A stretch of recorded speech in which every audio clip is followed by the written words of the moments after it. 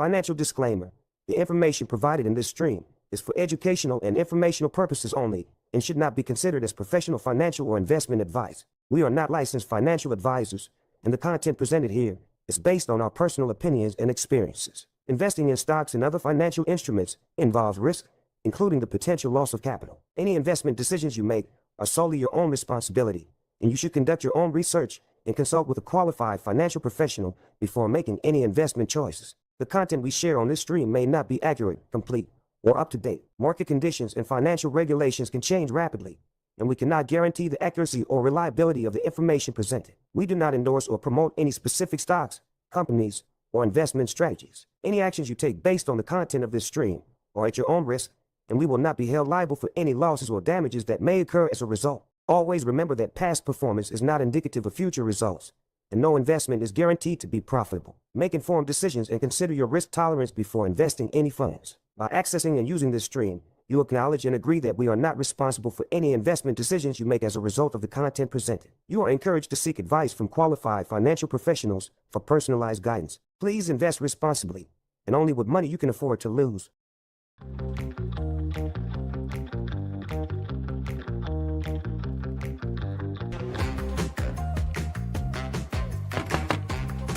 Hey man, just found the next guaranteed multi-bagger. Hey man, you found another one? What is it this time? Come check this out.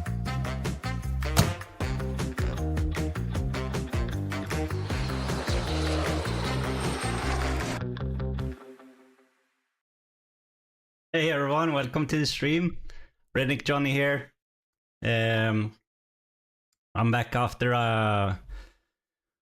an interesting week here. I'm in the dashboard here, and I see a few things have been moving. I saw some news coming out today of home builders, and that they have they are planning to put the interest rates down on the mortgages. So I saw this article here on Yahoo Finance to put the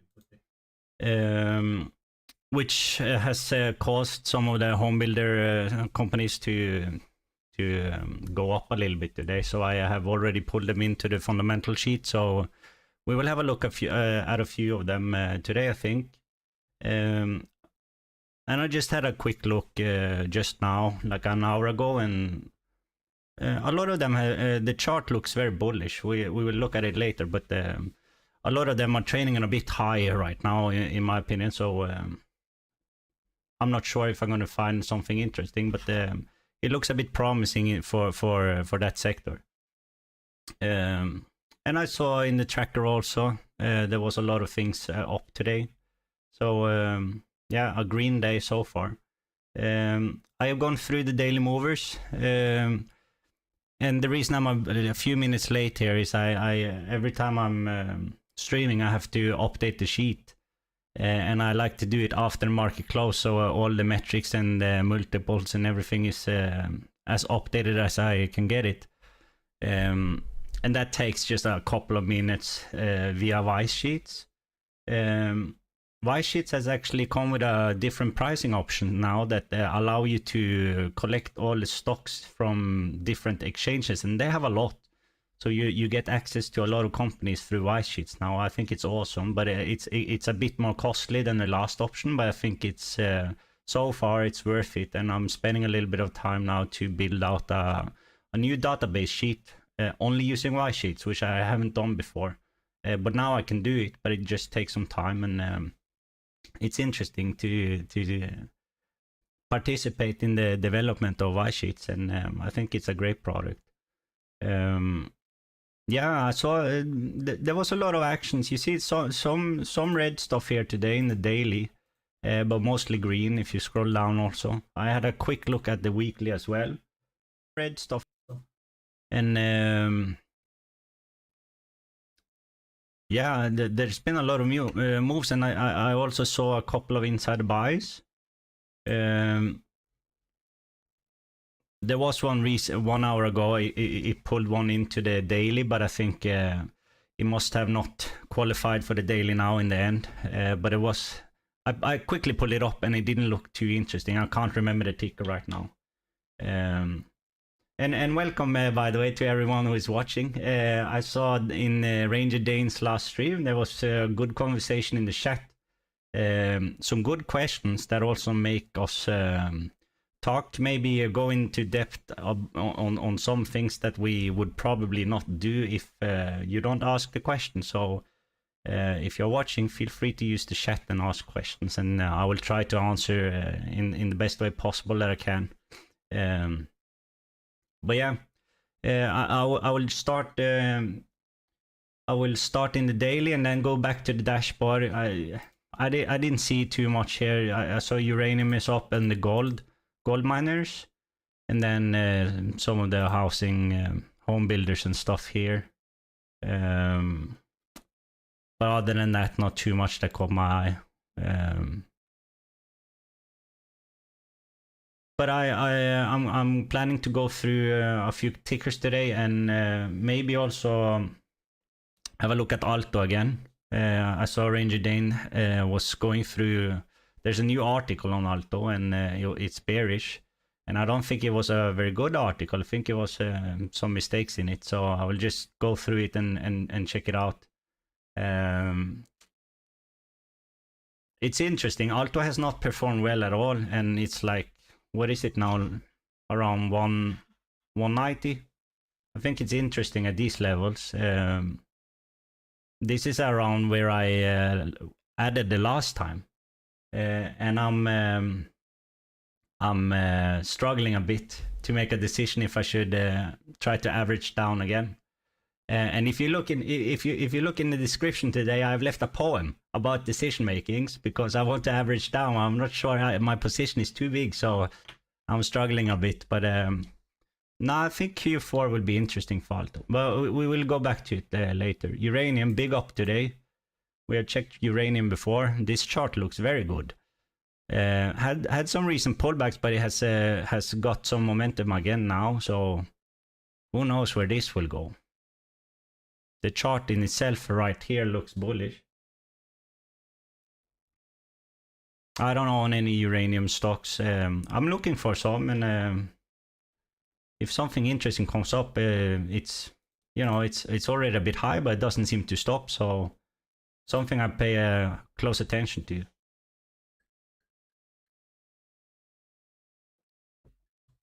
But yeah, let's go into the daily. And by the way, if you haven't watched before, there's some color coding here. The black ones means that I've looked at them in the past 3 months.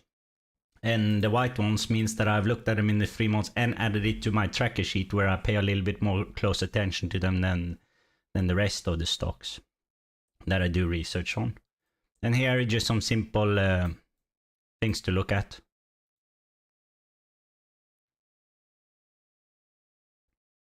And I have my filter, it pulls them in. If it's 7% up or down, it pulls them into this sheet. You saw the first one is a big move down today, but I don't like it. I don't like what I see there. Trades close to percentage to 52-week low though. No insider buys. I think I will leave it.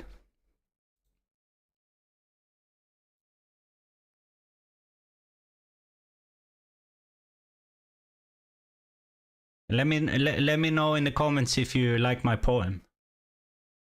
I thought it was good.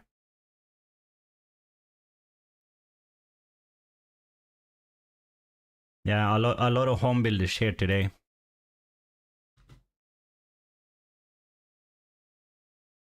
Yeah, a lot. So I just need to check if my sound is on. I was super scared to mute myself because I've done it too many times now.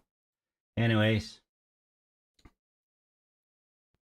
Yeah, 1 hour ago I had a quick look here, so I pulled in the stuff I found interesting. I didn't see anything new in the last hour here, so I'm just gonna go straight into the fundamentals. And the first one was Tell.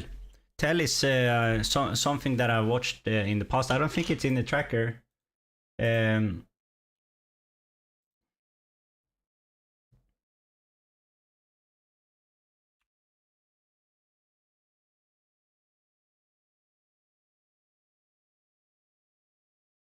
No, I don't think he has made it into the tracker yet.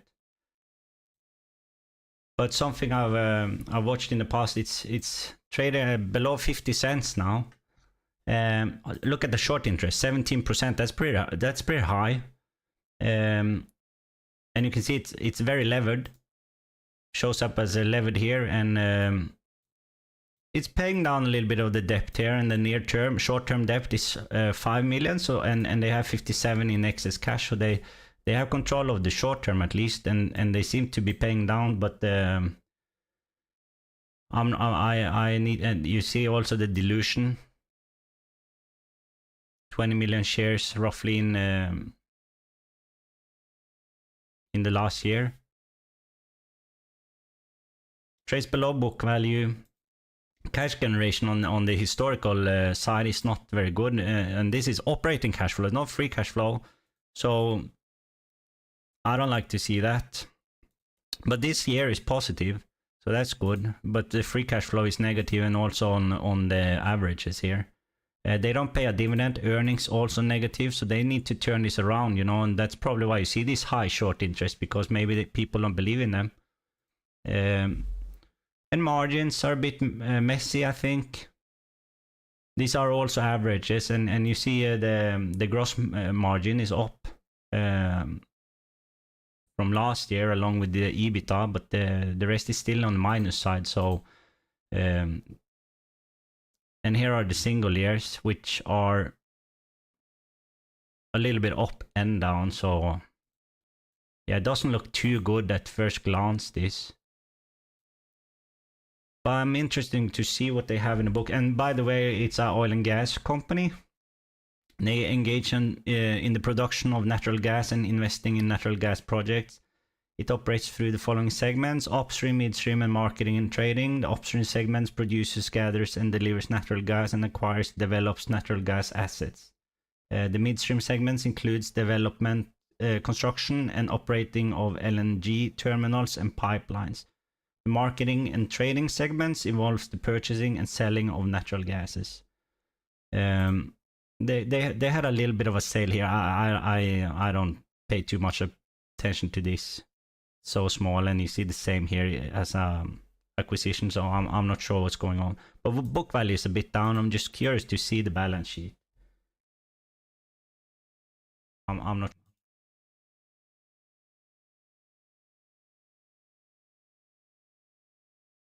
Oh, they have a new they have a new layout on their website. This looks cool. I hope they haven't changed too much here. By the way, I see in my in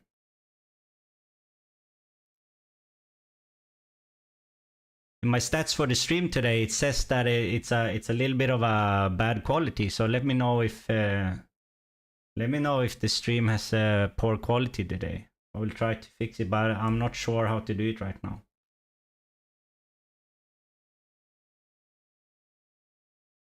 So 60 million in cash, drastically down from last year. 1 billion in property.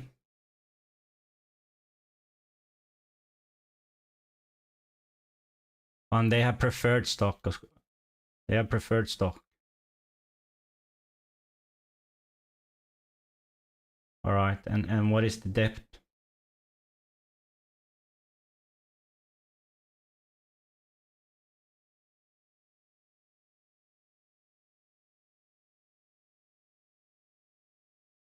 Due 2025, senior secured notes, 250 million.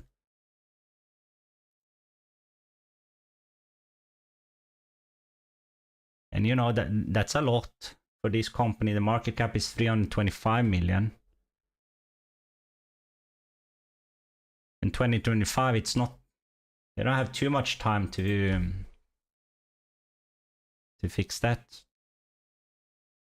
And they have some due in 28 as well.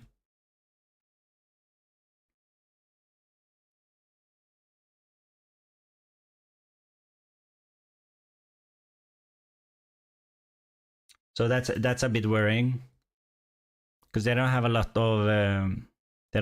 of cash right now either. Almost 400. And I mean, the majority there is due in 25.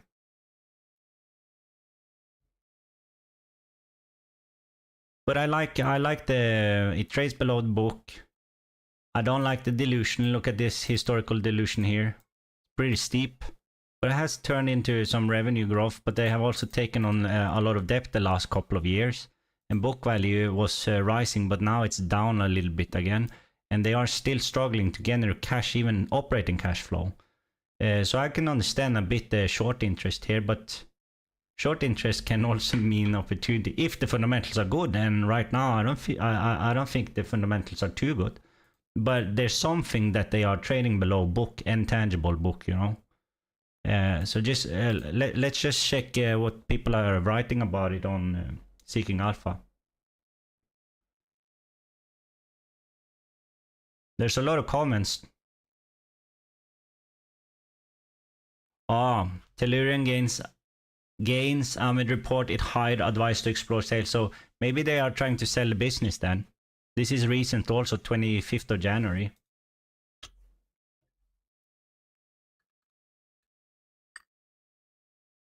%15 up on that news, and today 7% down. Did we check the chart? That looks a bit bad. But look at the volume here though. There's a spike in volume.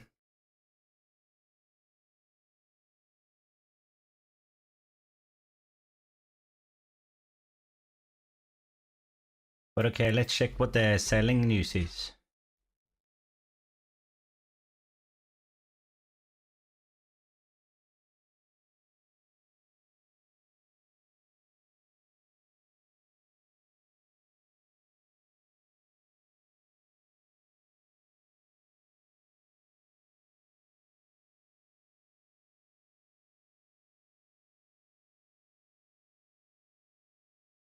And what's the ownership here? 19%. It's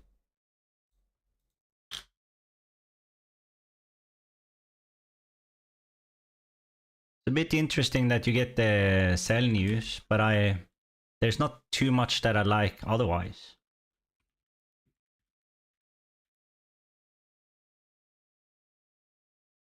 So this Martin Houston guy owns 3%. Sharif Suki 1.5%. They all own 6 together. Where's the rest then? Must be a former owner or something. Or the data could be wrong as well.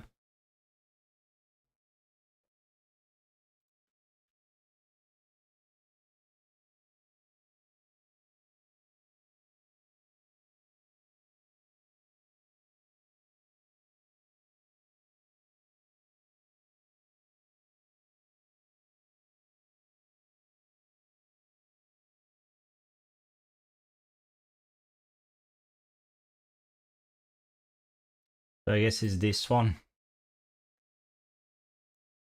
They don't. They only have one holding.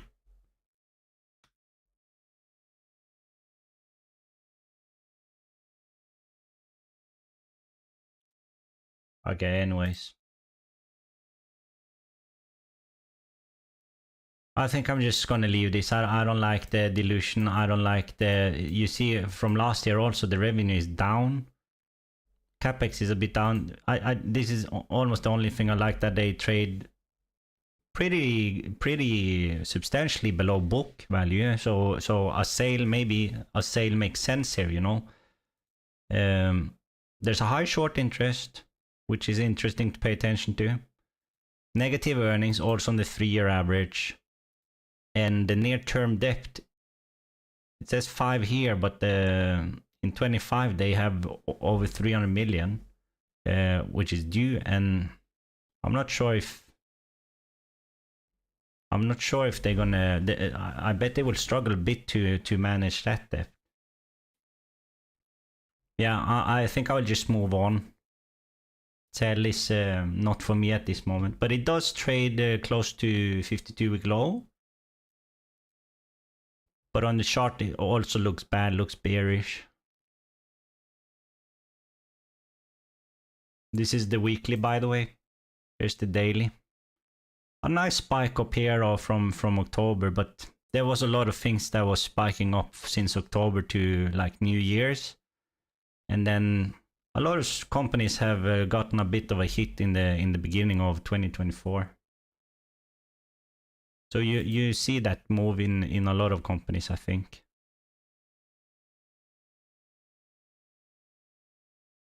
Yeah. Just want to read some of these articles because I saw there was a lot of comments.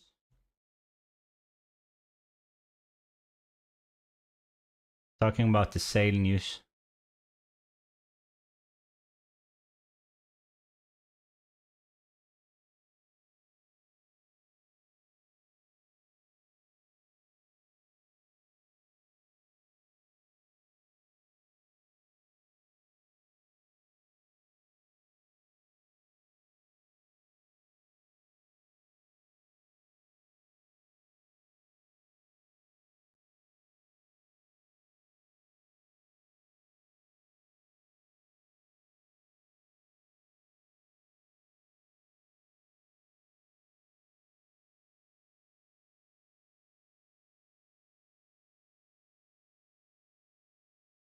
A lot of people talking about this Soki guy, that they don't seem to be very happy with him. That was one of the insiders who own 1.5%.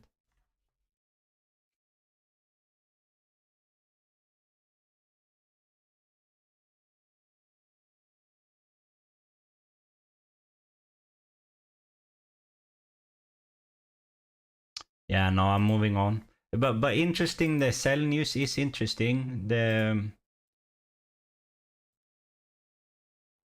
book value and the short interest, and keep in mind they had positive operating cash flow from my data in this last year, but it looks terrible in the past. I think I will just move on here. So MXL is the next one.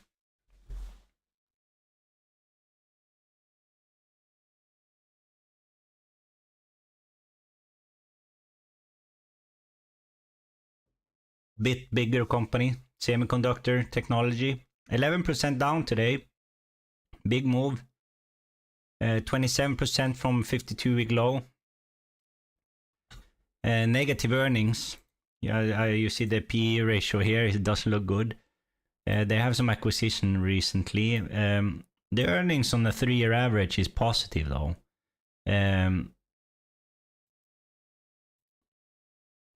Steady share count for the last year, but it has gone up if you go a little bit more back. And revenue has also declined in the past year. And you see here, they struggle a bit with cash generation this year also from their operations, but still positive. And last year seems like they were killing it. So that's going to be interesting to see what has happened here, because last year, of course, will add to a more positive on the average here, but they seem to struggle now, which is maybe why they have this big drop down, and maybe how you can get an opportunity here. Trades above book value, pretty steep too. But look here, that's not so often that we find companies that we deal in that shows up at safe. So these people have cash.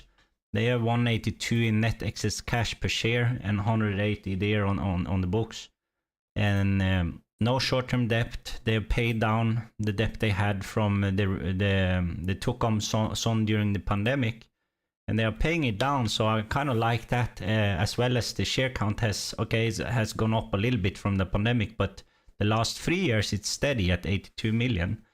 Capex is also down, so I wonder if they maybe they have shut down something that has caused this revenue drop. I'm not sure though. Margins.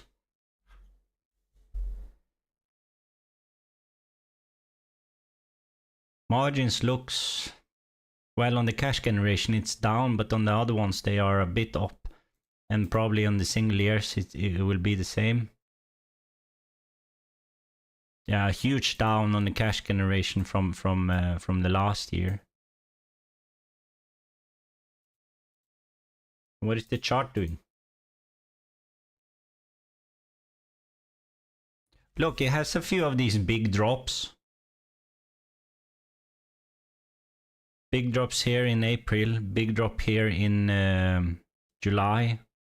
These are probably on the earnings reports, right? In October, and now again, maybe again on the earning. Why is it down? Yeah, they missed yesterday. They missed on the estimates.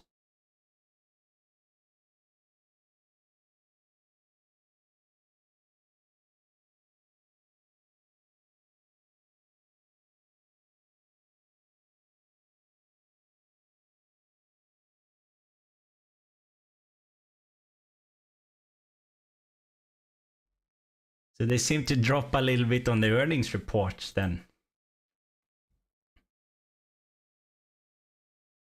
I like the cash flow and that it shows up as safe, and they don't even pay dividend.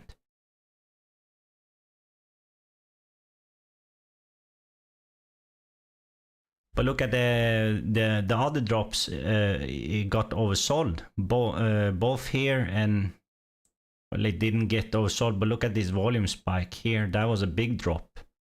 And then again here it got oversold again, and you know, it returned a bit up, but then a big drop here, and it's not even close to being oversold right now. So I think I will have to wait a bit here if I like other things before I make an entry. But that does mean I can't add it to the tracker. But I'm not sure so far. I think it's a bit expensive. Big market cap too.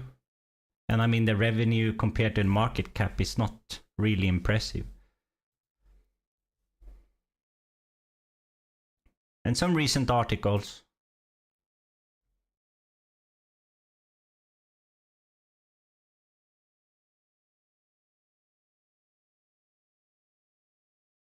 Seems like there's a lawsuit going on, something from this company SIMO. Yeah, they terminated the merger. They're probably in a lawsuit with this company, which is a big liability, right?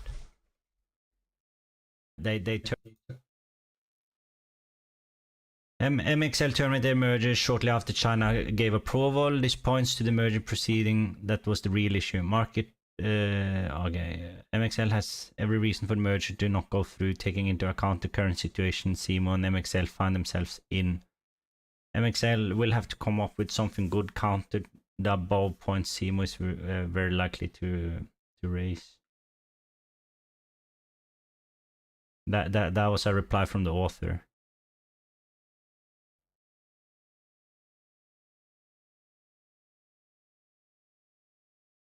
And he thinks it's good that they didn't acquire them.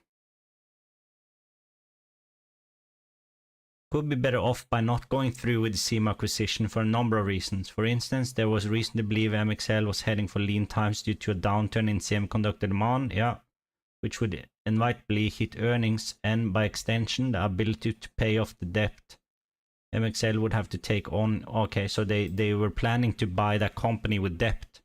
And we just liked, or I just liked, that they have paid off the debt and that they show up as safe here.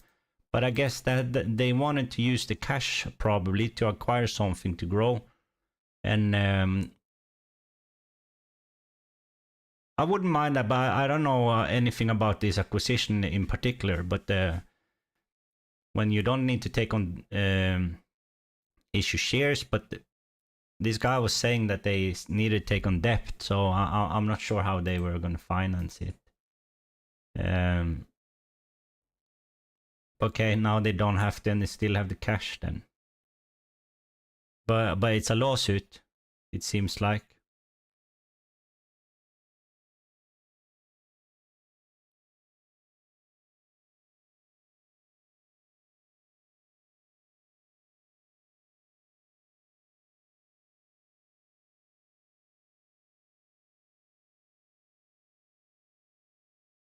A big market cap though. Not a small company.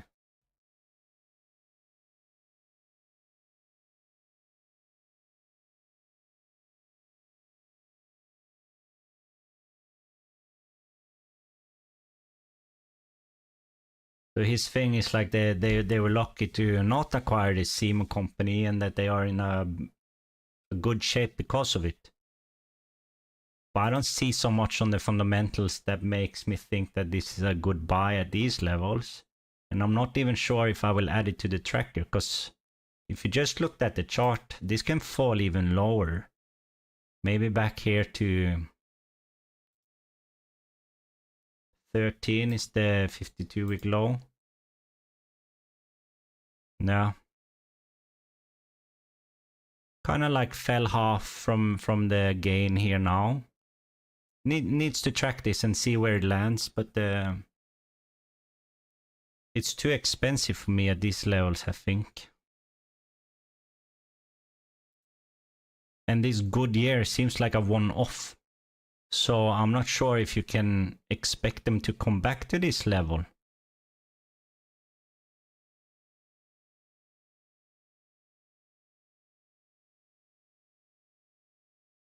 But if they can, there's opportunity here.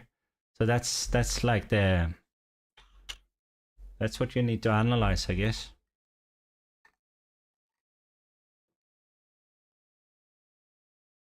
I just want to check some of the press releases on this one.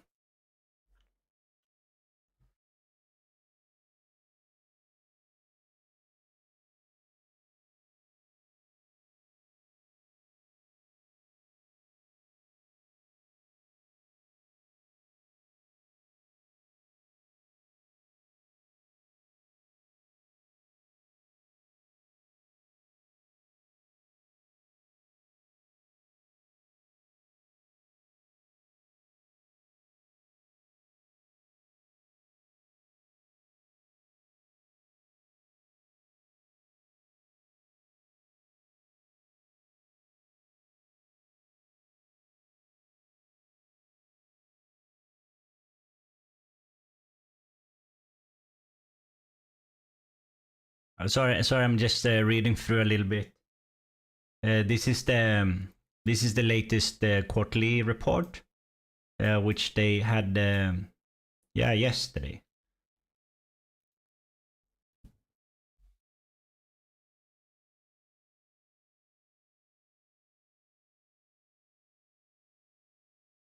As we look ahead, we believe 2024 will be the start of an exciting period of growth and opportunity for MaxLinear. Market headwinds of the past year in broadband and connectivity are likely to become tailwinds over time when customer inventory rationalization winds down and incentive programs begin to provide new market stimulus. Most importantly, that's a bit general. It's a bit general of a comment, though. Most importantly, the investments we made in product innovations in wireless and optical data centers, network infrastructure, Wi-Fi, Ethernet, and fiber broadband access gateways are beginning to open up new and significant revenue opportunities that are expected to drive our growth for many years to come.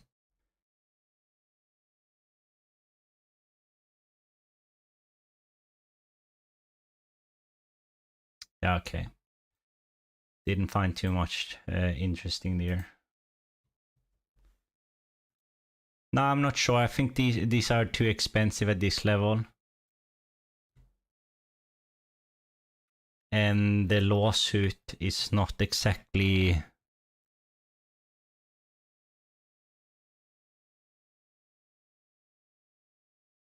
You can't ignore the lawsuit and the outcome of that, so that would be something to pay close attention to here.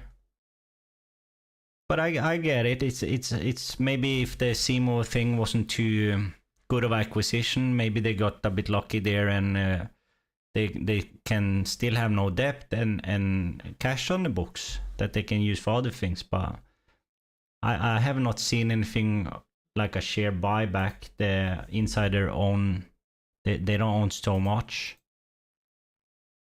There's been a lot of selling, but arguably very at much higher prices, so they made money on these sales. And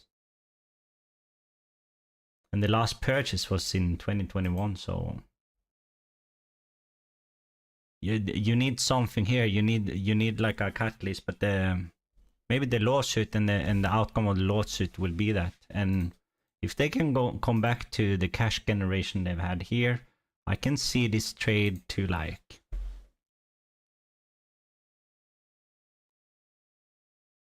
up towards 30 maybe. But it needs to be more stable.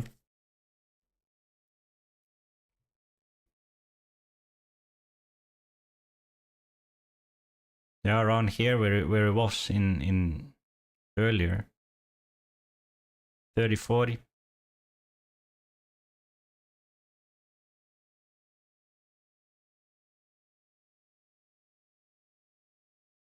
But it's not there now, and I still would need it more cheap. But of course, if it goes back to the 52-week low and even further, I mean that.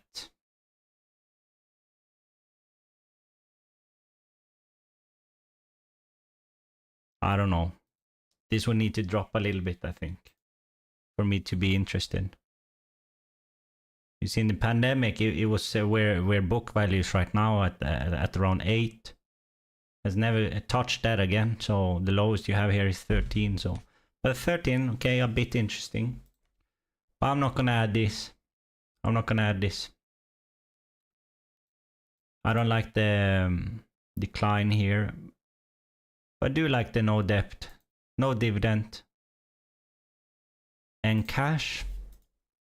But they have fallen substantially in the cash generation, which is not a particularly good sign. And the lawsuit, also a risk. But yeah, let's move on. DLX.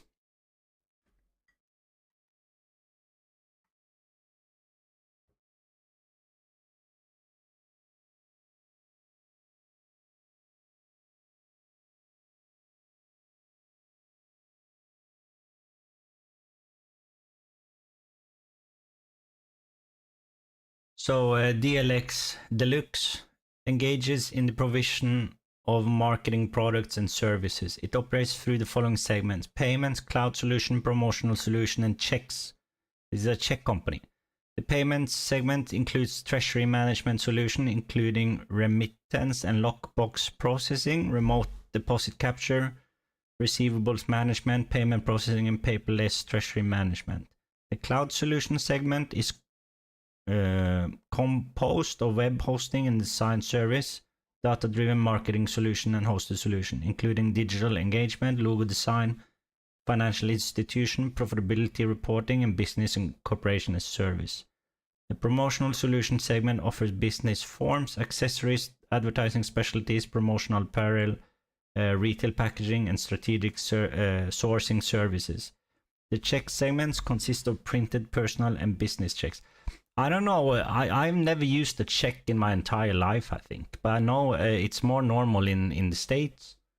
So I'm not sure how that works. I wouldn't know too much about it, but maybe people still use it. To me, it sounds a bit... I wouldn't even think about using a check to pay something right now, to be honest. Too much. But yeah, I don't know. It's interesting though. I haven't seen too much of that. Look at this though. The revenue seems like a well-driven company. The market cap is 900 million and 2.2 billion in revenue. That's pretty good. And look at the share count since 20. They bought back shares all the way here. It's a little bit up the last year. But since the pandemic, you see the share count. Okay, it's been a bit up, but not too much. I'm more concerned about the debt here. Shows up at as levered, and you see from the pandemic it has taken up actually a lot of debt, but ever since it has started to pay it down. So it seems like a well-driven company that are trying at least a little bit of a short interest, but not too much. Look at the dividend though, pretty stable dividend, around 120 historically too. positive earnings, but a bit down this year.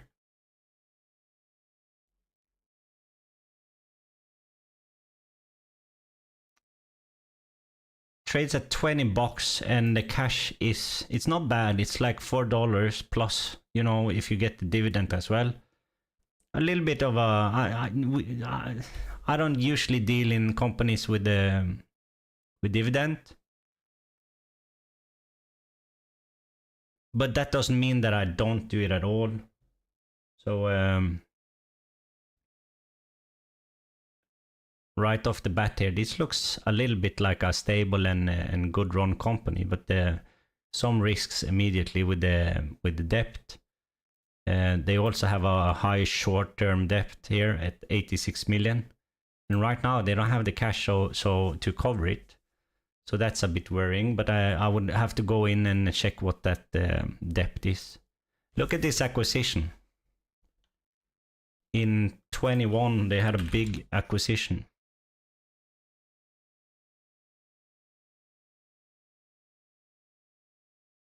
At 1 billion almost.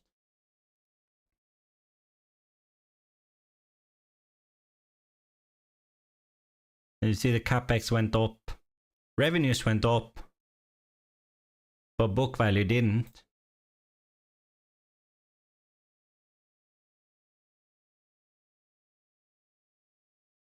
So I would need to, and it seems like they took on debt to buy that and to acquire that. So that's a bit interesting. I would have to look into what that's about.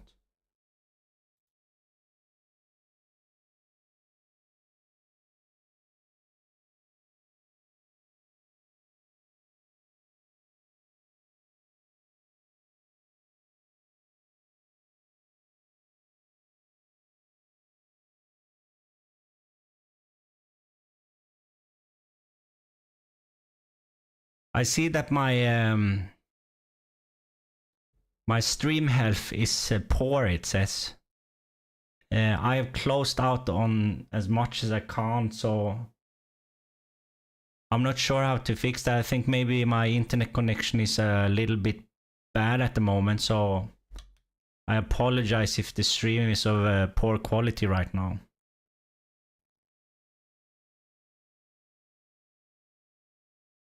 I don't think it's much I can do. I have very little up and running here right now. I apologize if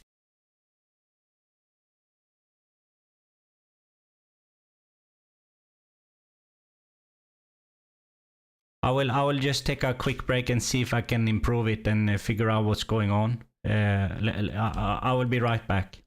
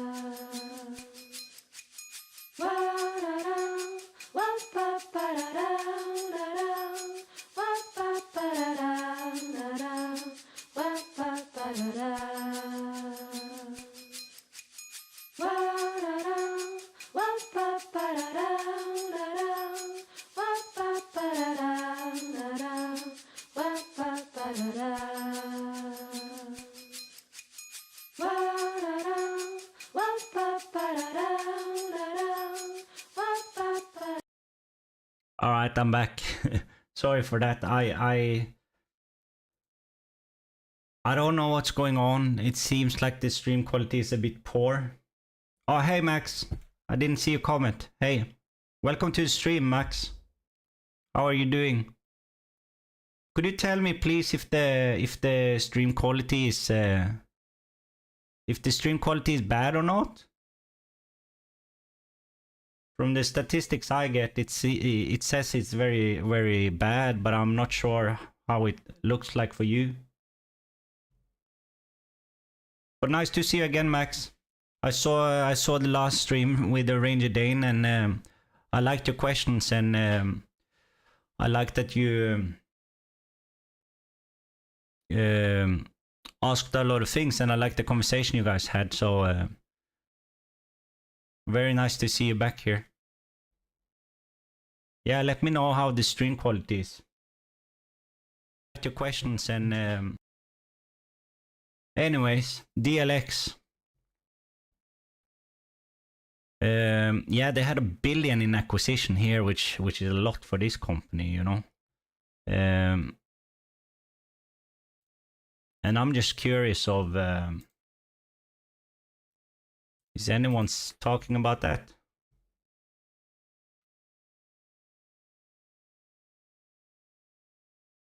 It's a couple of years ago though. Here. First American Payment Systems. I guess it's this one.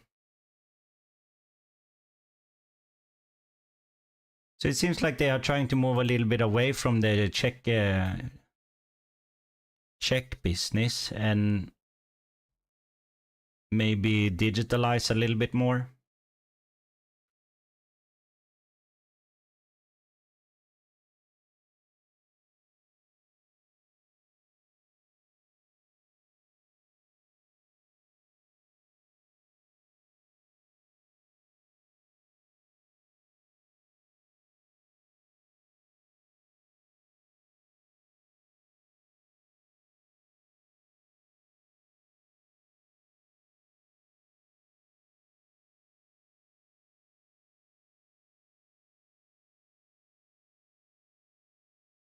DLX restructuring efforts have negatively impacted earnings, but full-year guidance has been raised and revenues are expected to be between 2.1 and 2.2 billion.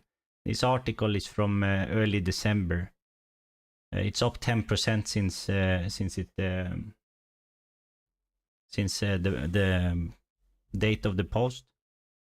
The company provides innovative technology solutions across 4 segments, including payments, data solution, promotional solution, and checks. Just want to see the conclusion here.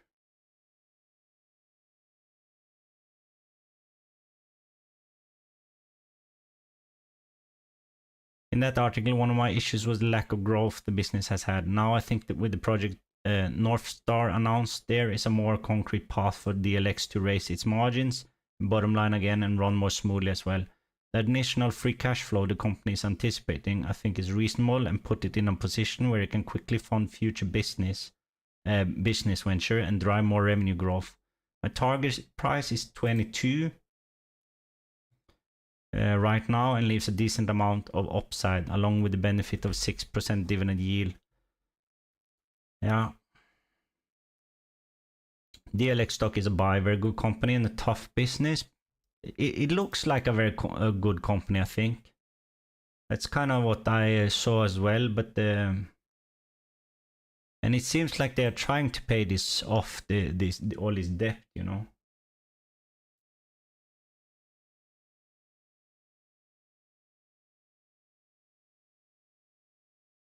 Valuation is at historic lows, even though the company is performing well, a likely double or better over the next 2 years. Problem is, as I see, my kids don't even know how to write a check out. Yeah, me neither. And I use them very infrequently. Only pay one bill of mine by checking more. Yeah.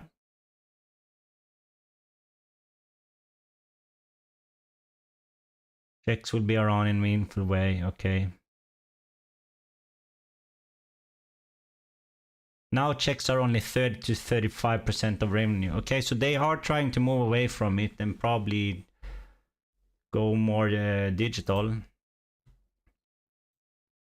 And I mean the cash generation also, it's not bad at all. $4 in operating cash flow and 1.5 in free cash flow. Earnings has dropped like the guy mentioned. I wish they didn't have the dividend, to be honest, but I can see why it's attractive for people to buy it with the dividend. But just looks like a solid company, and that the management is trying. And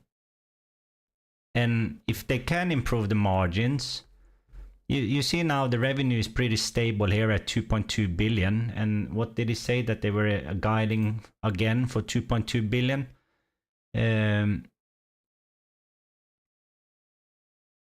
So if they can improve the margin just by a little bit, I assume they can maybe get back to the cash generation that they had here in the before the pandemic.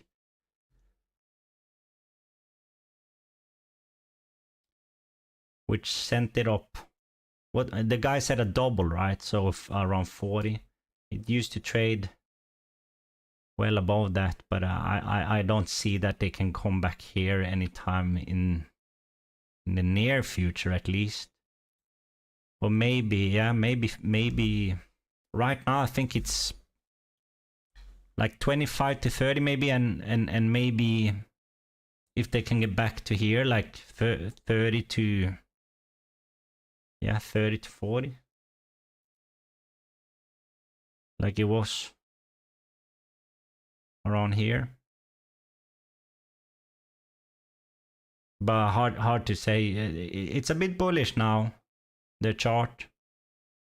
Never got overbought, but the tops are a little bit higher here, and maybe it will continue to go up.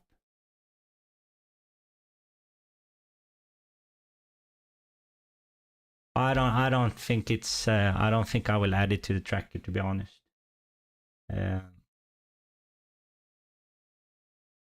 I'm not sure about that. It's a bit of a different style of a company with the dividend, and look at it. It doesn't seem like they are planning to take it away with this historic dividend. And this acquisition, a big one.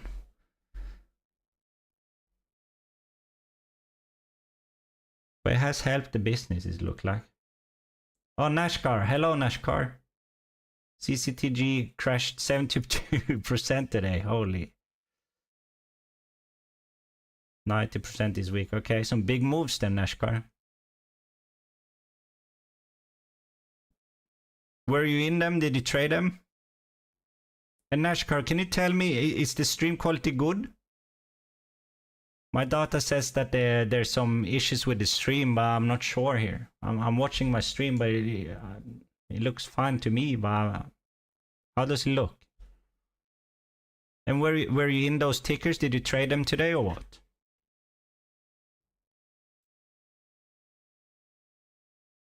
I think I will move on from the DLX and go to CCS.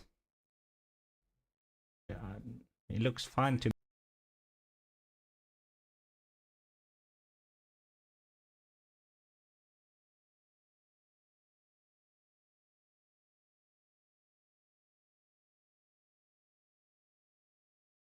Stream quality looks perfect to me. Good audio and video. Thank you, NASCAR, for confirming that. And I apologize if the quality has been bad today. I have literally X'd out of everything I can. Usually I don't get that error, so maybe my internet connection is just bad today. But if it looks good, I will just continue, I think. Yeah, so CCS here. NASCAR, were you in those? Did you trade those tickers that you just sent here, or? Okay, so CCS, residential building and construction. Look at the share count. They are slowly buying back shares. You always like to see that. They are a bit expensive here, almost at $100, $93 right now. That's above book value. 156 on the books and no short-term debt. You see it shows up at levered, but it doesn't issue a shares in my sheet. So these numbers are without any planned dilution. Margins a bit up in the last years. Revenue drop though. And they have also a dividend. Earnings has fallen.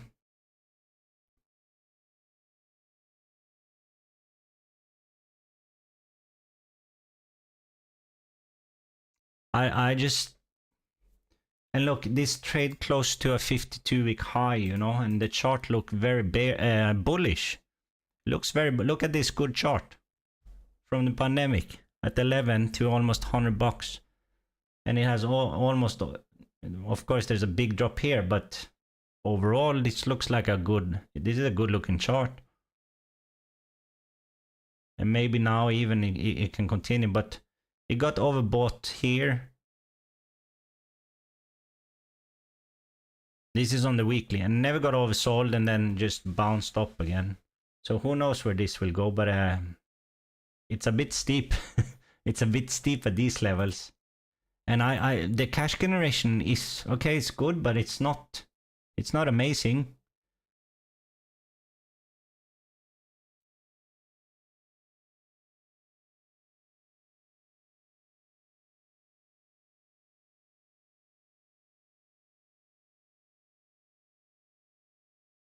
Strong growth, but unattractive valuation. This is a bit old, but and no comments. So they beat on the earnings report, and that's why they are up today. Here's a comment like approximately 1 year ago.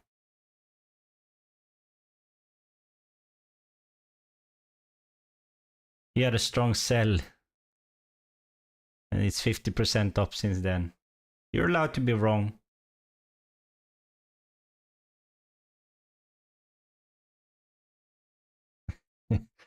And these people are giving him some shit in the comments, but no, you're allowed to be wrong.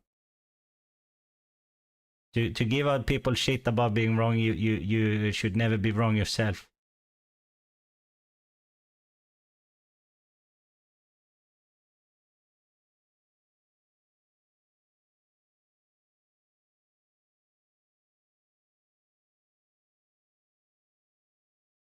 It's a bit old and it has gone up a lot since.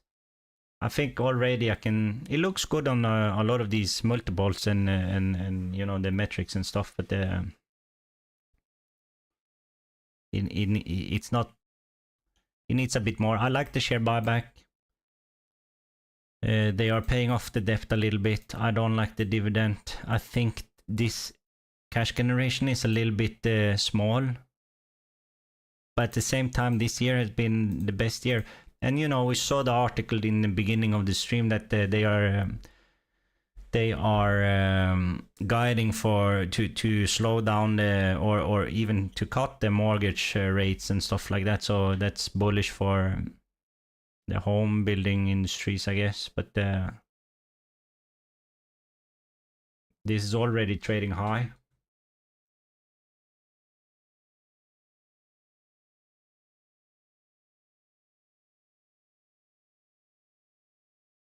And look at the capex with no acquisition, so gone up drastically.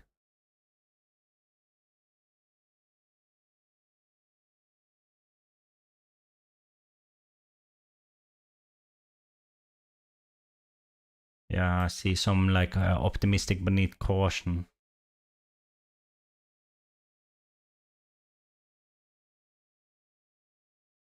Nah, I don't think I will add these even. This is too expensive for me right now. But keep in mind, even though it shows up at lever, they don't issue shares, so they are in a good position. I think it can grow even more. This, but I'm a bit. The operating cash is in my data set at least has never been higher than 2023. And even then, I would want to see a little bit more, to be honest. So, yeah, I'm moving on. I saw Nashgar. Okay, Did make one trade at CCTG today. It was before it crashed, okay? Big pumping on the stock. They are rearranging the cards in the deck right now. Okay. And Nashkar, have you seen something since last time we spoke? How's your week been trading wise?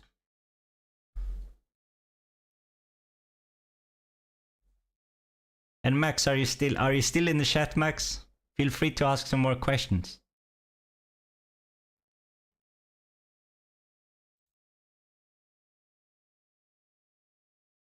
So the next is LCUT. I have them in the tracker. I saw they were up 10% today.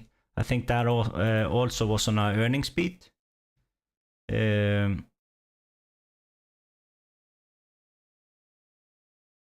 Beats by 10 cents and 0.82 million. Oh no, sorry, this was a old one. This was the Q3.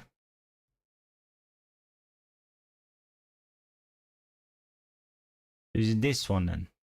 Goes ex dividend tomorrow. No comments.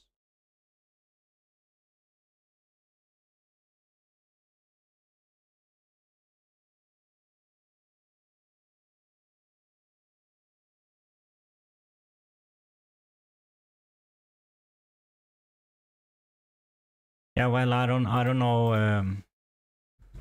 I don't know why it's up then.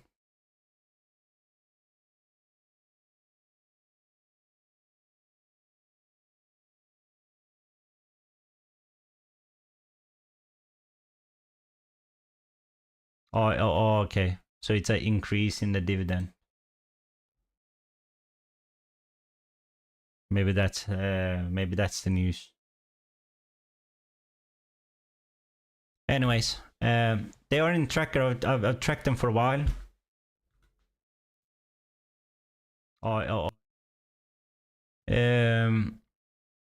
A little bit of a buyback in the shares. Revenue drop from the last year, but pretty stable here. It seems like for many years.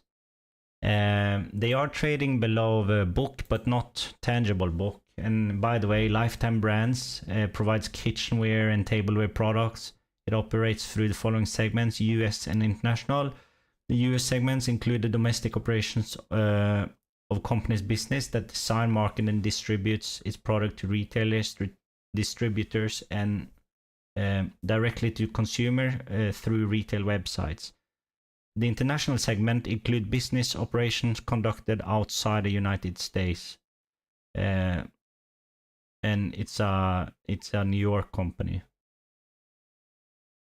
They show up as levered, and you can see that the debt is also pretty steady. But since they grew it down here in just before the pandemic, they have worked to pay it off again. And especially since from 22 to 23, they paid up a good chunk of it. Near term, it's 27. You see, they don't have cash on the book, so it's a bit worrying that we can go in and see what the debt is straight away here.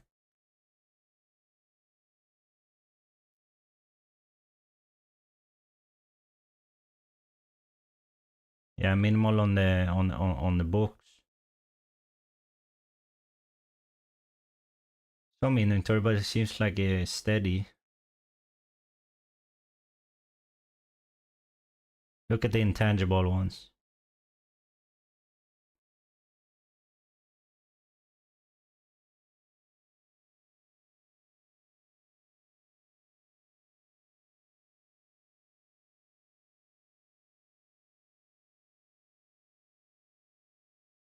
So they have a term loan. That's why you see it goes down steadily.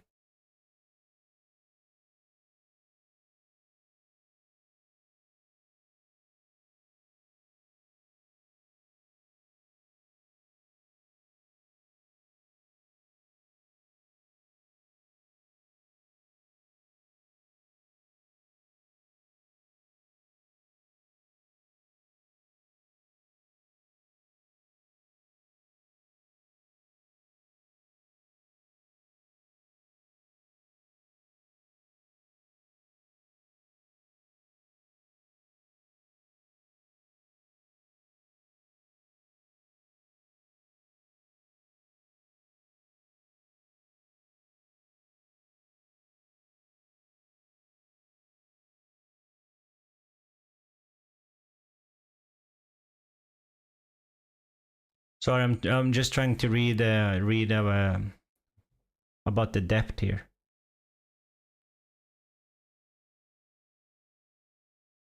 I was wondering when it's due.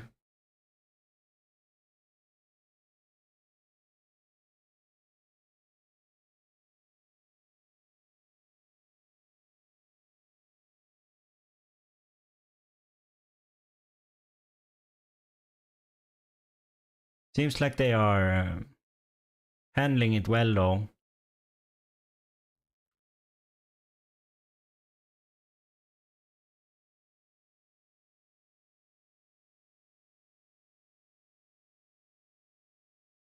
Oh, Dutch auction.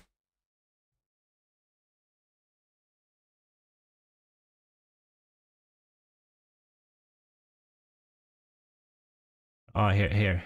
Matures in 25. So they have a February. So they have a year, which is a bit worrying here.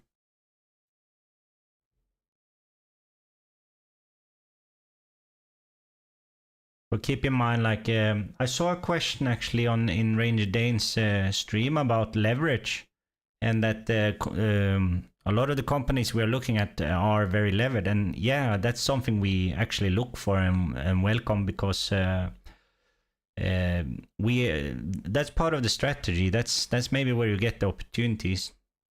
If a company seems to be in struggles with paying off debt, and then they find a way to do it and manage all the debt or push it back or something like that, that's maybe where you can generate these returns that we are aiming for.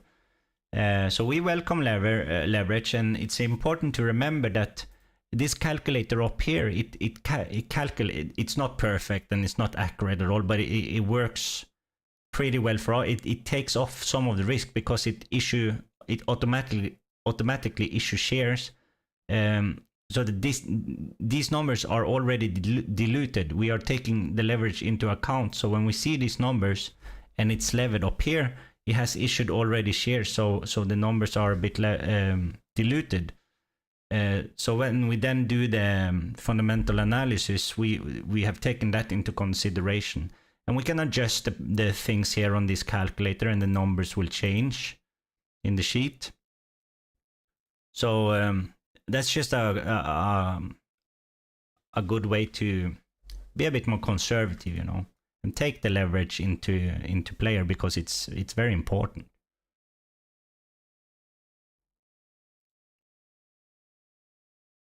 But yeah, the operating and free cash flow this year is pretty good compared to the share price. And it was the same in pandemic, but that's a one-off, it seems like. And if they are kitchenware and tableware products, people were probably buying that online and stuff. So it doesn't seem like they can get back to those numbers, but they are getting a bit close this year though. And then they have expanded on the dividend, which means they think they are in a good position now. But this debt worry me a bit, to be honest. Plus that they are trading close to the 52-week high right now. But the chart, you can't say that it doesn't look bullish at this stage.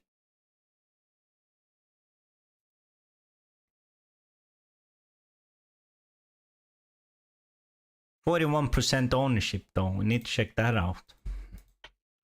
That's a lot. Oh, sorry, Nashkar. I took a hit in Mark after hours on Wednesday. They pumped up this deal with is that Microsoft, but it wasn't what it seemed. More details came out after hours, and the stock dumped. Oh god. Okay. Okay. Well, that happens.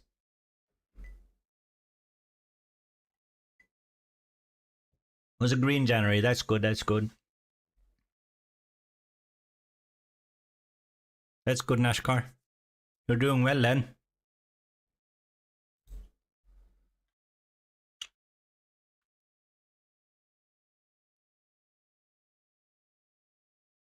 But yeah, they own 43% here.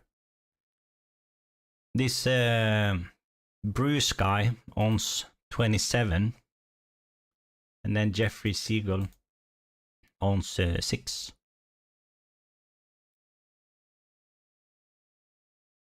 So they have a big portion of the company.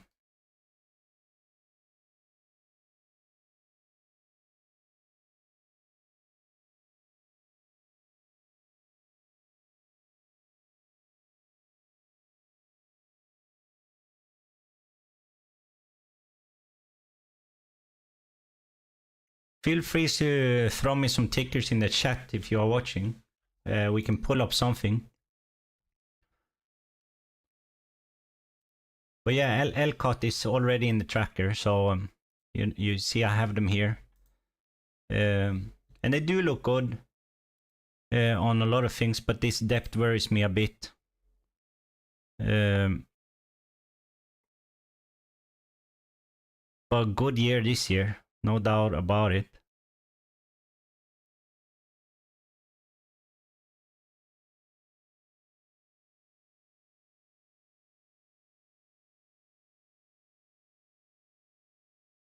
Very little insides.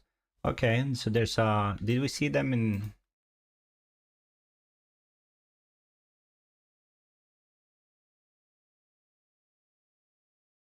They are old.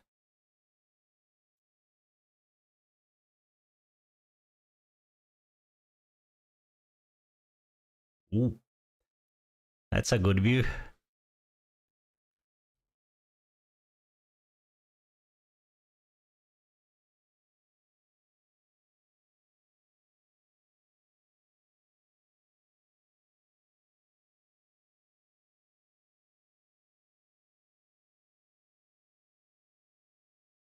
Yeah, they are still a owner. It's 2012.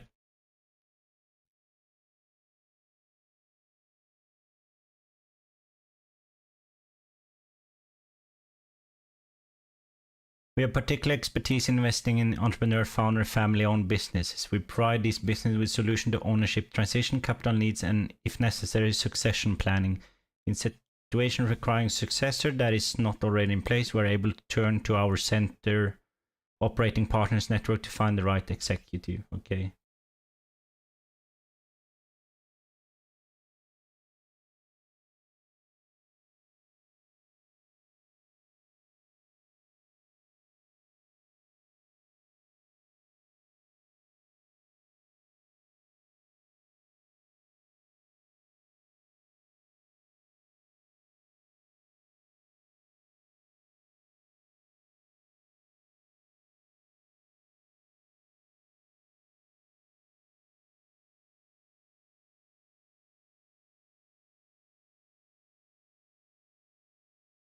I don't know this. I don't know this font, so I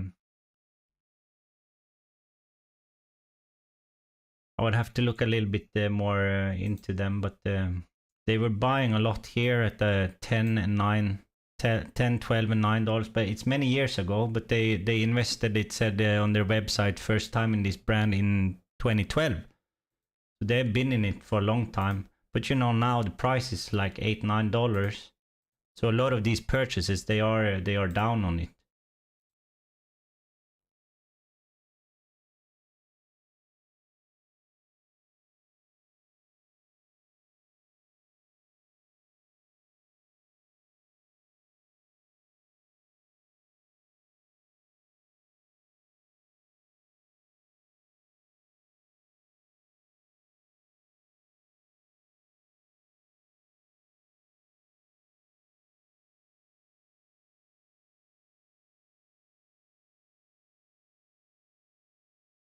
Okay. Yeah, but chart looks interesting. It looks bullish right now. And 10% up today. Almost taking off the 52-week high. So I'm tracking it. I think I put a good price under at 3. I don't think I will get it. I don't think I will get 3. Well, it was close here in June in summer, but then you saw the big volume here and then went up, down, and then up a little bit again. In the pandemic, you got it close to 3, but and by the way, those like the entry price estimation is just super roughly. It's not something that but I have some conditional formatting, so it's more like an alert for me that okay, now this starts to get close to where it should be interesting. But even, you know, at the well, if you got in at 3, you have a good return here. But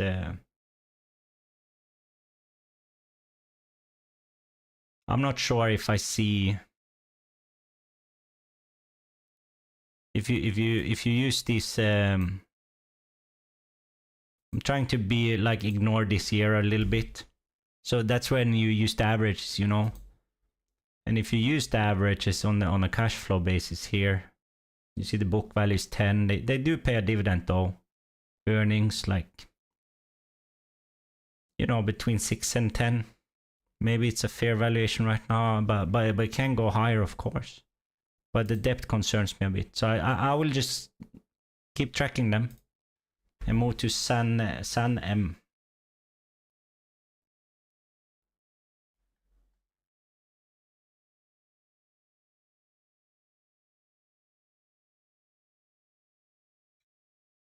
Sanmina Corporation engages in the provision of integrated manufacturing solution, components, products, and repair logistics and aftermarket services. It operates through the following segments: integrated manufacturing solution and components, products, and services. The IMS segment consists of printed circuit board, assembly and test, final system assembly and test, and direct order fulfillment. The CPS segment includes interconnect systems and mechanical systems. So it's based in California. Shows up at safe straight away. So you see they have a lot of cash. 9.27 per share in net excess cash. Trades at 60 is a bit high, and the market cap is also a bit steep. Usually like 3 billion it's a bit high for me. Usually I like it when they are like from 300 million, even lower, 100 million to 800 million maybe. And they do trade close to the 52-week high. We can start to check the chart.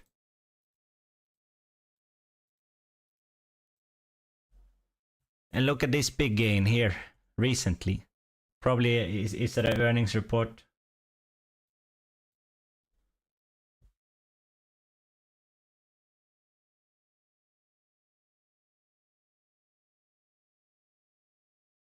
Yeah. Beats by 8 cents only, and it's that much up. Yeah, a minor beat and up $10. Did it go up $10 on 8 cents? They beat the estimates by 8 cents and went up $10. That seems like a big move. I think this could pull back a little bit, maybe.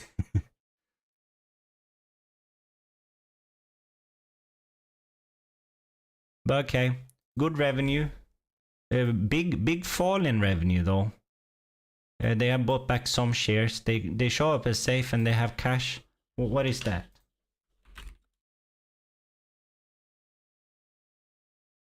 $400 approximately, or what?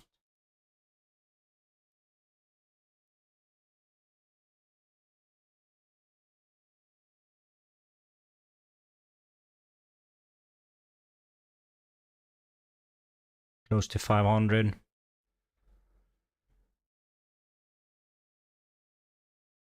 Trades above book, but look, it's pretty stable, the equity growth here. Seems like a well-run company, this. And actually they don't pay dividend right now, which is a bit surprising. But the revenue, what is going on? The margin must have taken a hit or what? Pretty thin margins, I guess.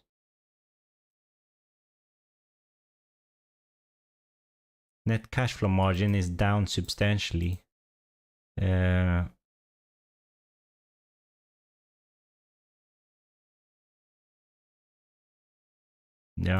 what's going on there? Oh, there's an article from yesterday. That's a hold rating. Maybe it's waiting for a pullback too.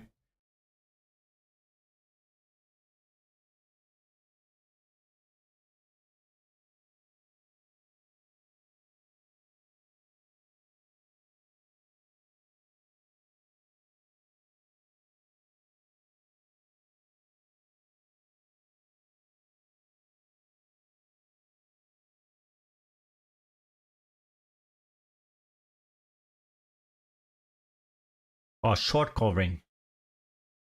Has it been short covering here? I don't know.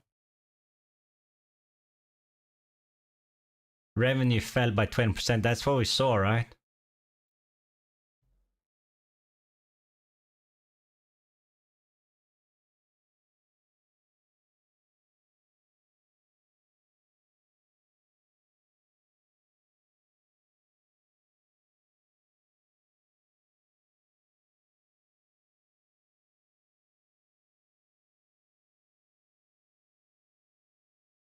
The trading volume of 770,000 shares at the open is likely short covering. All right.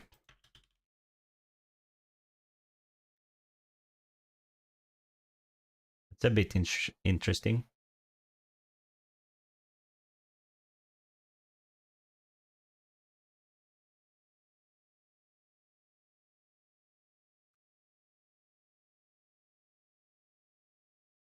Yeah, you see the last 2 days, like 5 million, 1.5.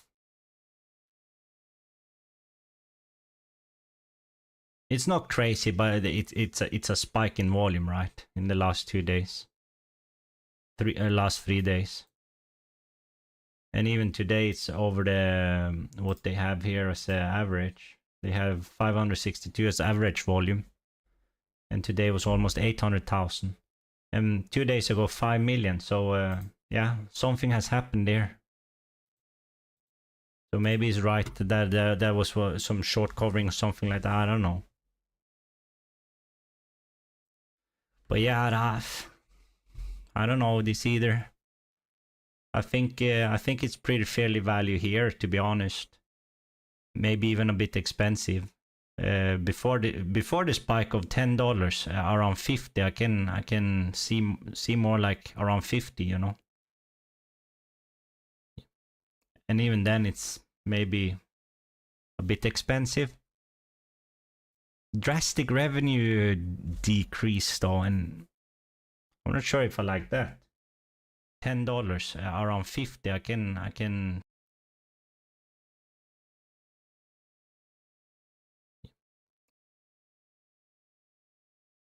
But they do have cash. They are in a good position. They are safe. They can control the debt here easily. So maybe there's going to be an acquisition or something like that. Did we look at the owners here?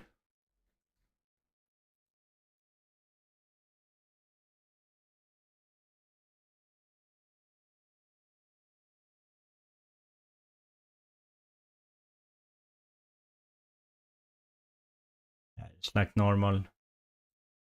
The usual suspects. Yeah, this is not too interesting either for me. We saw some moves today, but I don't think I found too much interesting, to be honest. LCUT is already in the tracker.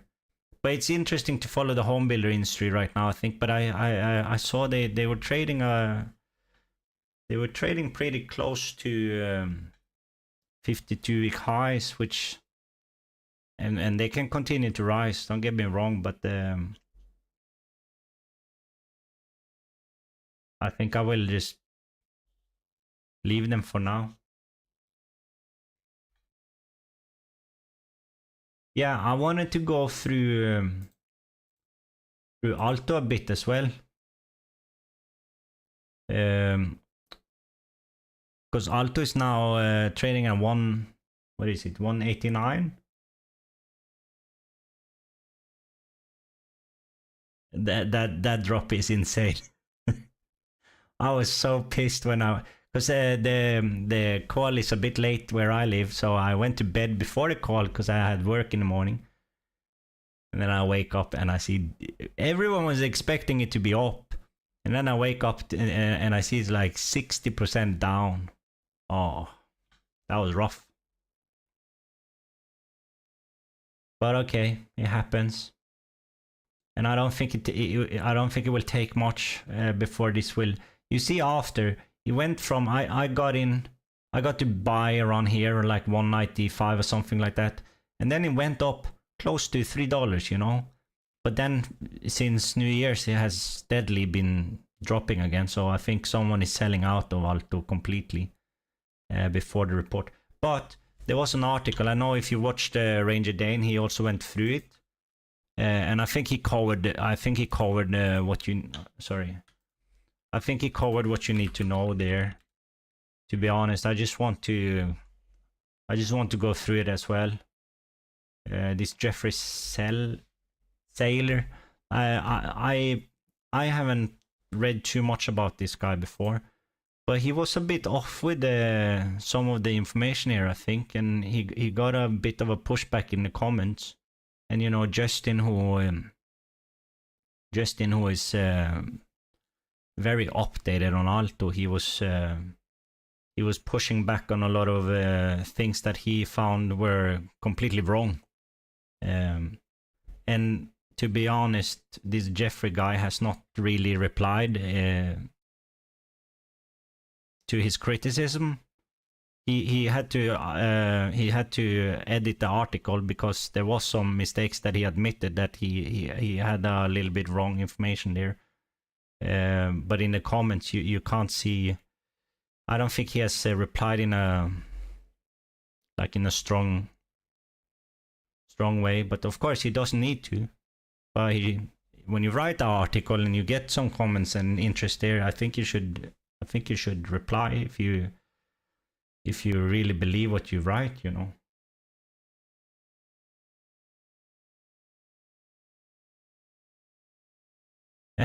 And I saw Justin, look at this, he was like,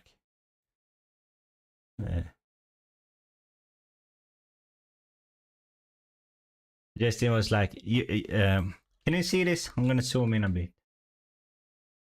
Justin said, you lost me at ALTO Ingredients is facing challenges given weak ethanol crush margin.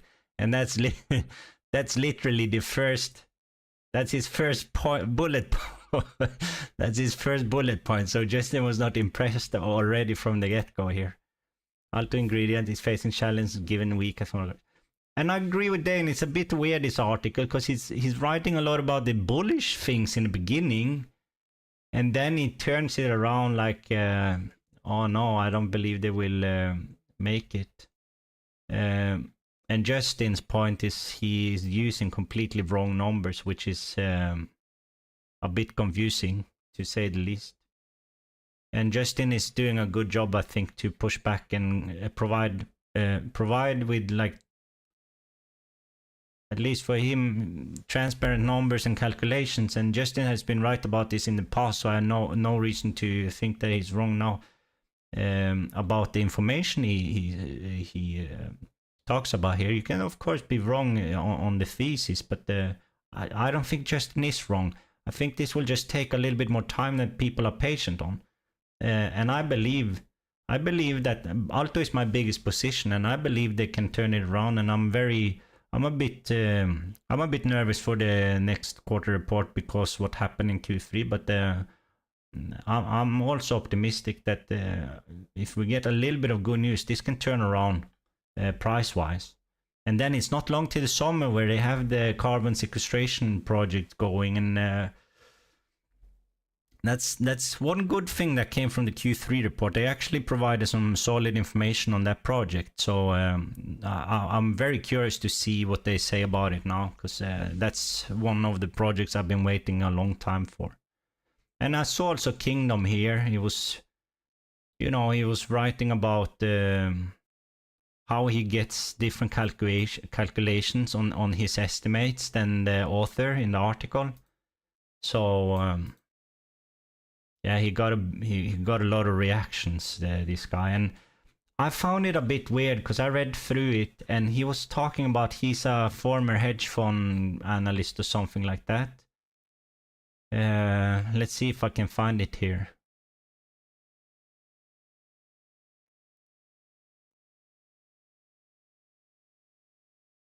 Here, while working at a hedge fund, and I checked his bio and it was like a 600 million hedge fund, so a big fund. We tracked many data points, okay, many of them were public that would seemingly telegraph a company's quarter. However, assuming everyone knows this data or that it is priced into the stock is one of the worst mistakes an investor can make, both on the upside and downside. As my experience says, it rarely is. Now with ALTO specifically, this is likely particularly true given that it's small size, low trading volumes and share price under $5, all of which precludes most large funds from taking any meaningful stake in the name. So here up, he's talking about how he worked at a big hedge fund, and then he talks about now ALTO, like the big hedge funds are not in here. So it's a bit, I understand what he's trying to say, but it's still, in my opinion, a bit he contradicts himself a bit, you know, because I don't know how long he has been outside of the hedge fund, but maybe he also doesn't have so much experience dealing with its smaller ones. So I don't know. I just found that a bit strange. Like he tried to, and he tried to talk like most retail investors. They don't know what they are they are doing a bit, you know. So I don't think this was a well-written article. I think it was poor. I think the replies in the comments are a bit poor. I don't think he pushed backs in the comment, because he got a lot of pushbacks, and these are not like random people. These are people that they have very good control on ALTO. Also, they are in touch with management and stuff like that. And I know Kingdom and Justin, they have followed ALTO for a long time. So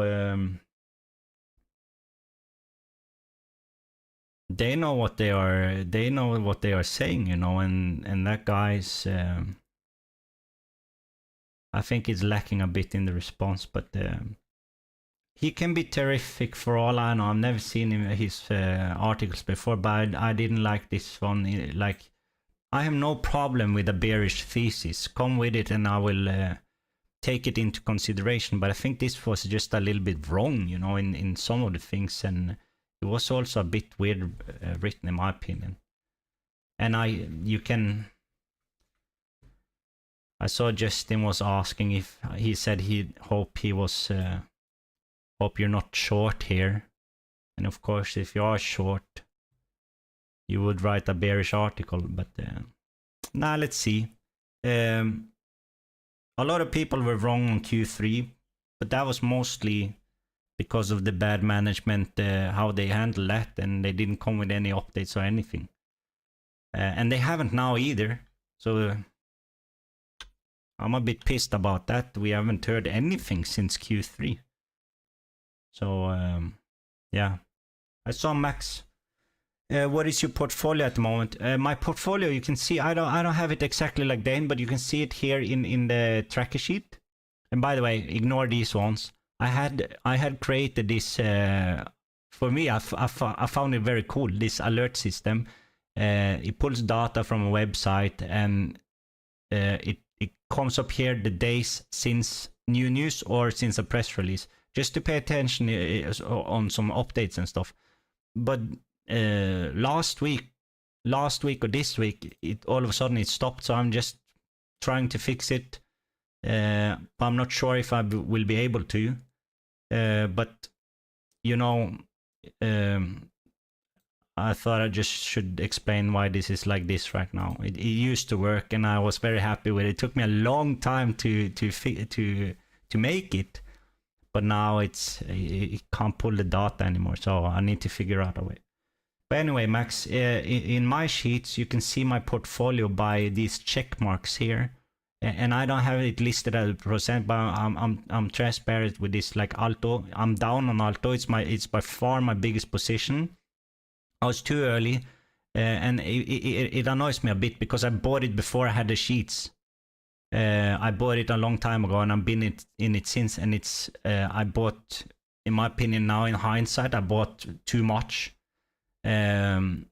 So my money is a bit locked in Alto right now, but I have averaged down because I still believe in it, and especially at these prices, I find it very interesting. Or like below $2 seems very interesting to me, even now. Oh, here, you can see how it's meant to be. I don't know what happened now, but all of a sudden, you can see the alert system here. But yeah, let's see. Maybe fix itself. No, but Alto, I'm down on Alto. It messes up my performance a bit because the other stocks that I have used with the sheet and the strategies in the sheet has been very good for me, but smaller amounts. But in percentage, it has performed well. And I've talked in some of the past streams about NNBR, for example. I sold out too early, but I got a double. I'm not in NNBR now, and I regret for selling it. But my plan was to expand the portfolio a bit, so I took the gain and I bought 2 other stocks, and one of them is GTE, which I still own. And by the way, GTE has performed pretty good the last a little bit the last time, and even despite of oil, it has gone up a little bit, and they are buying back a lot of shares. So you know, GTE was below 5 not too long ago, and that was my average is below 5, 470 or something. So I'm in GTE, and they are, if you have seen the comments by Stavros, he lists a website where you can track their share buybacks and everything. So I think GTE, even at these levels, are still interesting, but I'm not adding right now. And then I bought into BNED, and Ranger Dane and I have talked about BNED a lot lately. Courage and Conviction, he's big into BNED. He has some very solid work on Seeking Alpha, some articles. So I highly recommend that you check them out. But the thesis there, or the opportunity as we saw it, was like a legislation suggestion that they need to figure it out before November this year. And there will be some hearings before, but the platform, they are an education company. So their whole business thing is that they have a platform where students get all the books they need automatically when they sign up for classes.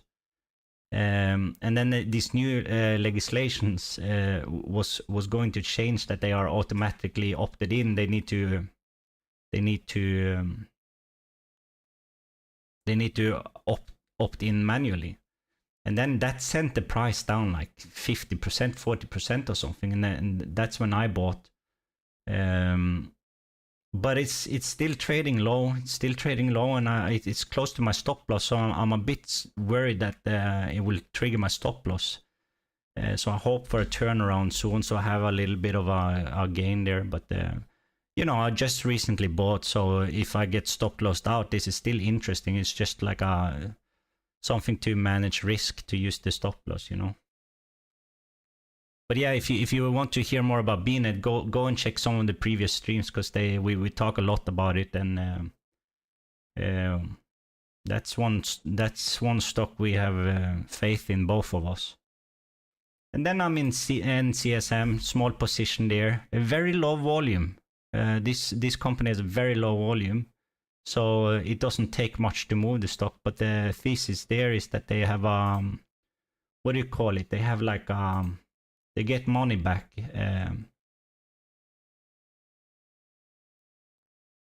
I don't remember the English word. But you can read the comments here. Star was one of his largest holdings.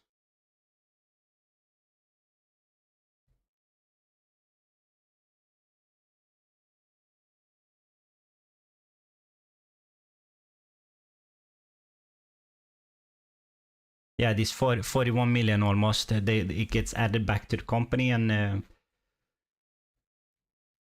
it seems like it has gone under the radar for a lot of people. So I'm just waiting a bit for people to notice. But NCSM, smallest position in my portfolio. Then GTE, then BNED, then ALTO. ALTO is by far my biggest one, and it messes up my performance a bit. All the other ones I bought with the strategy we use in the sheet. But ALTO I bought multiple times before I even had the sheets, and my strategy back then was a bit completely different than what it is now. And I don't think I would have bought at the price that I did buy initially, but at $2 and below, with the sheets and the strategy that we are using now, I find ALTO highly interesting. I must say that. And I would average down now if it wasn't such a big position already. You know, I want to focus on expanding my portfolio a bit also, and get more stocks in there, you know. So yeah, you are asking what is the percentage in my portfolio, you mean? To be honest, I don't have the numbers here. So, and I recently added something, so they have changed since last time I checked. But like I said, ALTO is by far my biggest one, then BNED, then GT, and then NCSM.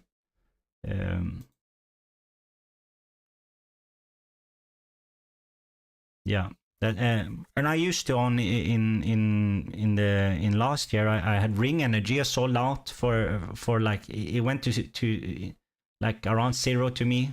I was up 27%, and then it just didn't establish itself over $2. So I didn't make so much money, but I didn't lose there. I went out around 0%. And then I own NNBR. I got a double on NNBR. I lost like 7% on Lumen, LUMN, early in the year. I think and then I own GTE, of course, and ALTO. And I think that was my portfolio from last year. So I still own GTE and ALTO. So they are not. I'm not sold there yet. NNB was my biggest performer last year.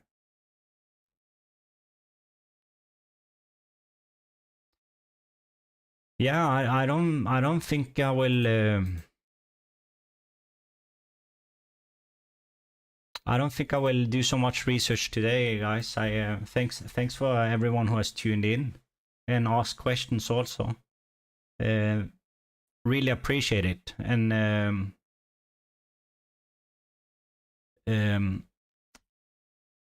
Ranger Dane and I will try to be back on, or we will be back on Saturday, but just keep an eye out on the time. We are experimenting a bit with the times now, and I think we will be on around 12 New York time. So what is that? 12 p.m. EST. On Saturday. We will both be there and kind of sum up the week and what we have seen, maybe sum up what we have talked on the streams. Today we didn't find too much interesting in my opinion, but it's still good to keep updated on things. Watch the other streams for on Saturday. We found a few things on Saturday, so there has been some in the last time, but yeah, today I didn't find it. It was a green day today, and it's a bit hard to find a lot of attractive things when everything, not everything, but a lot of things are up.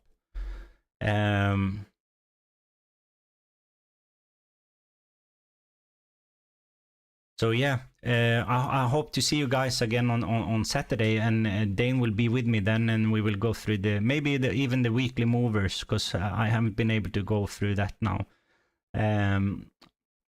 So maybe we'll pull up the weekly movers then, and hopefully we can find something and add it to the tracker. And yeah, I hope to see you guys then, and see you in the chat again, because it's very valuable. We really appreciate, like we honestly we really appreciate everyone tuning in and using the chat and ask us questions, because I think it improves the stream, and the whole purpose of the stream is to get a conversation going and hopefully to educate also a bit. And if anyone has some questions about the sheets, feel free to ask them. We will not give away the sheets, but we can help give you answers to how to build them, because it's very complicated. I think I used like 1.5 years or something. First of all, I spent like 1 year watching the RK streams, taking notes, because I didn't know too much about anything like this. So I was taking notes on the RK streams it took me 1 year, a full year, watching everything. I watched all the streams, and I was a bit late to the GME story. So I started watching it after on his recordings. But I went by it systematically, and I took notes. And it took a long time. And then after I had all the notes, I was organizing the notes, and then I started to try to build a sheet. It was very hard because I also didn't know how to build anything in Google Sheets or Excel or anything. So I needed to learn those skills as well. And that took another year at least. And I'm still building them, and I'm still trying to improve the sheets. So it's a continuous learning process, but it takes time. And both Dane and I know how frustrating it can be to build the sheets and to be stuck. But there are communities out there that can provide you with way better help than we can, but feel free to ask anyways about questions about the sheets and everything. It's a whole system, you know, it's not just the fundamental one. It's the daily movers, weekly movers, the insiders, everything is connected. And that's why we urge anyone that is really interesting to actually spend the time to build the sheets, because then you will understand it on your own, how everything is connected and what to look for, and what you can also discount a bit, and what you can rely on and not rely on, like the strength and the weaknesses of the numbers. So yeah, feel free to ask questions about anything. We will try our best to answer. So yeah, there was some comments here. Thank you for stream. Yeah, Max, thank you for comments.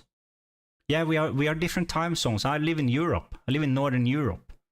And Dane lives in USA, so we have a 6-hour difference, which which makes it a bit hard to stream together.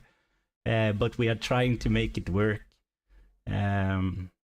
And so far, I think we both are enjoying it. And for me, at least, the stream forces me to update myself on everything every day and see what moves, and then I take some notes and I talk about it in the stream. But of course some days I can't do it because we have jobs also, and we have families also, so it's very time consuming, but it forces us a bit more than if we weren't streaming to pay attention and see what's moving. So yeah, we are different time zones. Yeah, thank you, Yahi. I think it's the first time I've seen you here. Thank you a lot for tuning in. Really appreciate it. Only sleep 3 hours to wake up. I'm in the same boat, Max. I will get very little sleep before work tomorrow. But I hope this time maybe is a bit better for you then, Max. I guess maybe you are based in Europe as well. Yeah, Yahi. It's recorded, so you can rewatch it. It's on the channel. You can rewatch all we have. We started in earlier December, so you can watch all the videos. We tend to land like around 2 hours on the streams, sometimes a bit shorter, sometimes a bit longer, but there's a lot of content out there right now, and you can rewatch everything. We keep it up. And there's also some intro videos that explains a little bit. We didn't go in depth. You can watch the Roaring Kitty ones too. He goes way more in depth about the sheets and the tools and everything. And we use the same. We use the same as him. Do you think it will ever be too late to join the trading? And no, I don't. But this isn't really trading though. It's more like a deep value fundamental approach. But we use the charts. I know a lot of value investors, they don't believe in technical analysis and stuff like that. But we use the charts a lot, and we track things. That's super important in this strategy, to track and see the development. And maybe if you get like a double bottom or something, you can use the charts to see if there's a good entry opportunity, which is kind of what we did in BNED right now. But let's see if that works out. But yeah, you will see us use the charts, and we are not by no means at all experts in anything, but and especially not technical analysis. But we know like the basic stuff. We know what to look for bottoms and stuff like that. So yeah, in that regard, you will see us use the chart, which is a bit more like trading, I guess. But our approach is not trading or day trading at all. I know NASCAR has been here in the chat a few times. He's he seems to be, I don't know you too well in NASCAR, but to me it seems like you are a good trader, and you know a lot about it. And I think NASCAR has learned from Warrior Trading or something like that on YouTube. And I checked out his videos, and he has been very successful for it. So maybe Yaya, if you want to know more about trading, you should watch, I think his name is Warrior Trader, or Warrior Trades or something like that on YouTube. Maybe you can learn something from him too. But you won't see much day trading at all here. Maybe NASCAR can provide us with some tickers and stuff we can watch out, and he can comment. But from Dane and me and myself, we're not going to do a lot of day trading. You will see more like this deep value stuff. So yeah, that's how it is. Yeah, but thanks everyone for tuning in.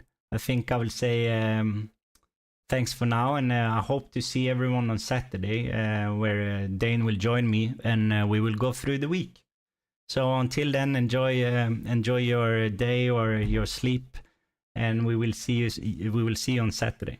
All right, bye bye. Enjoy.